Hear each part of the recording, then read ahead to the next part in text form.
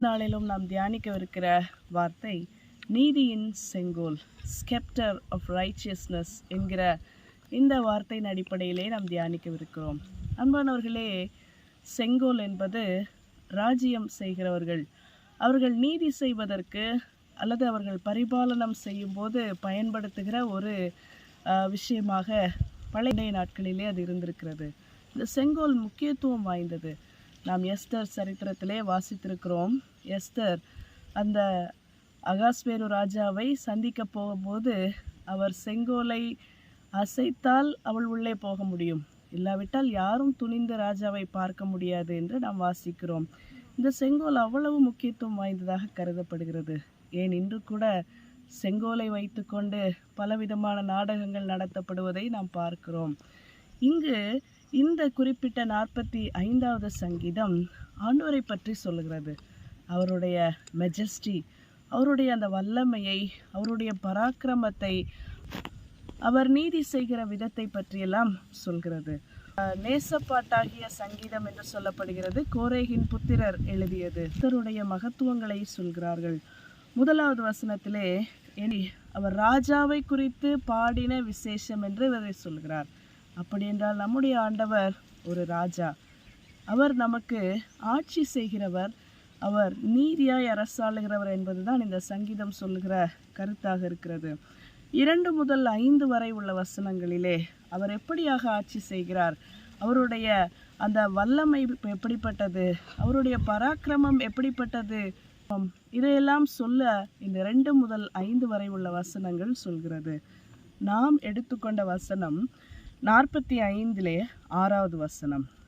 தேவனே, உமது சிங்காசனம் என்றென்றைக்கும் உள்ளது, உமது ராஜ்யத்தின் செங்கோல் நீதியின் செங்கோலாயிருக்கிறது. உம்முடைய சிங்காசனம் என்றென்றைக்கும் உள்ளது. It's an everlasting throne. என்றென்றைக்கும் உள்ள சிங்காசனம்.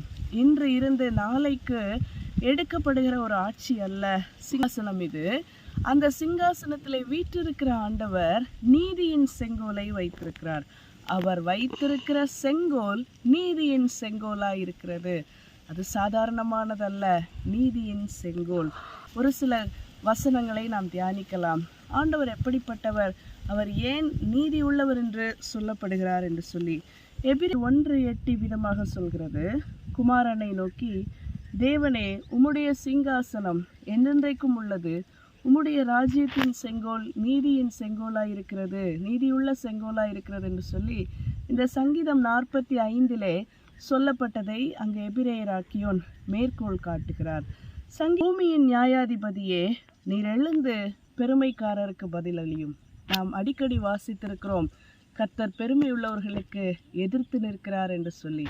அவர் பெருமை உள்ளவர்களுக்கு தக்க பதிலை தருகிறார். அதைத்தான் இந்த வார்த்தை சொல்லுகிறது. அவருடைய பெயர் பூமியின் நியாயாதிபதி. அவர் பூமியை நியாயம் தீர்க்கிற ஒரு நீதி உள்ள ராஜா. பெருமை உள்ளவர்களுக்கு எதிர்த்து நிற்கிறார். இங்கு பெருமை உள்ளவர்களுக்கு அவர் பதிலளிக்கிறார் என்று பார்க்கிறோம். 1 தீமோத்தேயு 3:16 ஆண்டவரை குறித்து நிறைய வார்த்தைகள் சொல்லப்பட்டிருக்கிறது. அவர் எப்படிப்பட்டவர் என்று. அதிலே ஒரே ஒரு வார்த்தை, ஆவியிலே நீதி உள்ளவர் என்று அவர் வழங்கப்பட்டார். ஆண்டவர் ஆவியிலே நீதி உள்ளவர். சங்கீதம் 89 36 மற்றும் 37 வசனங்கள் சொல்கிறது. அவன் சந்ததி என்றென்றைக்கும் இருக்கும், அவன் சிங்காசனம் சூரியனைப் போல எனக்கு முன்பாக இருக்கும், சந்திரனைப் போல அது என்றென்றைக்கும் உறுதியாகவும் ஆகாய மண்டலத்து சாட்சியைப் போல உண்மையாக இருக்கும். அப்படி என்றால் இந்த சந்ததி என்றும் இருக்கும். இந்த வார்த்தை துவங்குகிற விதம் எப்படி? அவன் சந்ததி. யாரை பற்றி சொல்லுகிறது? தாவீதை பற்றி. தாவீதின் சந்ததியிலே இயேசு கிறிஸ்து வருகிறார். இங்கு தாவீதின் சந்ததி என்று சொல்லப்படுகிறது. இயேசு கிறிஸ்து வந்து நியாயம் விசாரிப்பதை சொல்கிறது. என்றென்றைக்கும் இருக்கும் அவன் சிங்காசனம் சூரியனைப் போல இருக்கும் என்று சொல்கிறார்கள். சூரியனைப் போல, அது சந்திரனைப் போல, ஆகாய மண்டலத்தைப் போல அவ்வளவு உறுதியானது அந்த சிங்காசனமும் அந்த செங்கோலும் என்று பார்க்கிறோம். வெளிப்படுத்தின விசேஷம் 19வது அதிகாரம் 11வது வசனத்திலே இப்படியாக வாசிக்கிறோம். வெளிப்படுத்தின விசேஷம் 19 11.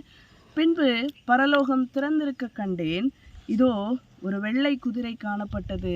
அதின்மேல் ஏறி இருந்தவர் உண்மையும் சத்தியமும் உள்ளவர் எனப்பட்டவர். அவர் நீதியாய் நியாயம் தீர்த்து யுத்தம் பண்ணுகிறார். என்று பல நேரத்திலே நமக்குரிய போராட்டங்களை நாமே போராடி கொண்டிருக்கிறோம். நமக்குரிய யுத்தங்களை நாமே செய்ய முற்படுகிறோம். ஆனால் நம்மை ஆட்சி செய்கிறவர் நீதியுள்ள ஆண்டவர் என்பதை மறந்து போகிறோம். நிறைய நேரங்களிலே நீதி மறுக்கப்படுகிறது, அநீதி இழைக்கப்படுகிறது, அல்லது நாம் புறந்தள்ளப்படுகிறோம். இவையெல்லாம் யோசிக்கும்போது நீதியே இல்லையே, நியாயமாக நடக்கலையே, ஒன்றுமே நியாயமாக நடக்க மாட்டேங்குதே, இப்படி பல புலம்பல்கள் நமக்கு உண்டு. ஆனால் இங்கு சொல்லப்படுகிறது என்ன? அந்த பரலோகத்திலிருந்து வெள்ளை குதிரையிலே வருகிறவர் எப்படிப்பட்டவராம்? அவர் பெயரே என்னதான்? He is known as righteous. அவர் உண்மையும் சத்தியமும் உள்ளவர் எண்ணப்பட்டார். அவர் நீதியாய் நியாயம் தீர்த்து யுத்தம் பண்ணுகிறார். அநீதி நிறைந்த உலகத்திலே நாம் வாழ்ந்து கொண்டிருக்கிறோம். நம்மை சுற்றி அக்கிரமங்களும் அநீதிகளும் நிறைந்திருக்கிறது. ஆண்டவர் எப்படிப்பட்டவர்? அவர் நீதி உள்ளவர். அந்த செங்கோல் நீதியுள்ள செங்கோலாய் இருக்கிறது. அவருடைய சிங்காசனம் நீதி உள்ளது, அவருடைய செங்கோல் நீதியின் செங்கோல். அந்த நீதியின் செங்கோலை வைத்து அரசாளுகிற நம்முடைய ஆண்டவர் நியாயம் தீர்ப்பார், நியாயமாய் யுத்தம் செய்வார், நமக்காக யுத்தம் செய்வார். நம்முடைய எல்லா காரியங்களிலும் நமக்காக அவர் நீதி செய்கிறவராய் இருக்கிறார். இன்றைக்கு, நாளைக்கு, சில நாட்களுக்கு, சில வருடங்களுக்கு மட்டுமல்ல. இந்த சிங்காசனம் அனாதியாய் என்றென்றைக்கும் உள்ள சிங்காசனம். என்றென்றைக்கும் அவர் தம்முடைய பிள்ளைகளை நீதியாய் அரசாளுகிறவராய் இருக்கிறார். இதை பார்த்து கொண்டிருக்கிற நீங்கள் ஒருவேளை அநீதியினாலே வருத்தத்தோடு, சுற்றி அநீதி இழைக்கப்படுவதனாலே, தீங்குகள் நடப்பதினாலே, எதிர்ப்புகள் இருப்பதனாலே கலங்கி இருக்கலாம். அவருடைய செங்கோல் நீதியின் செங்கோல். அவர் நீதியாய் அரசாளுகிறவர். நமக்காக நீதியாய் நியாயம் தீர்த்து அவர் யுத்தம் பண்ணுகிறார். நியாயத்தை அவர் நிலைநிறுத்துகிறார். பெருமையுள்ளவர்களுக்கு பதில் அளிக்கிறார். கர்த்தர் தாமே நம்மை ஆசீர்வதிப்பாராக, நீதியை நிலைநிறுத்துவாராக.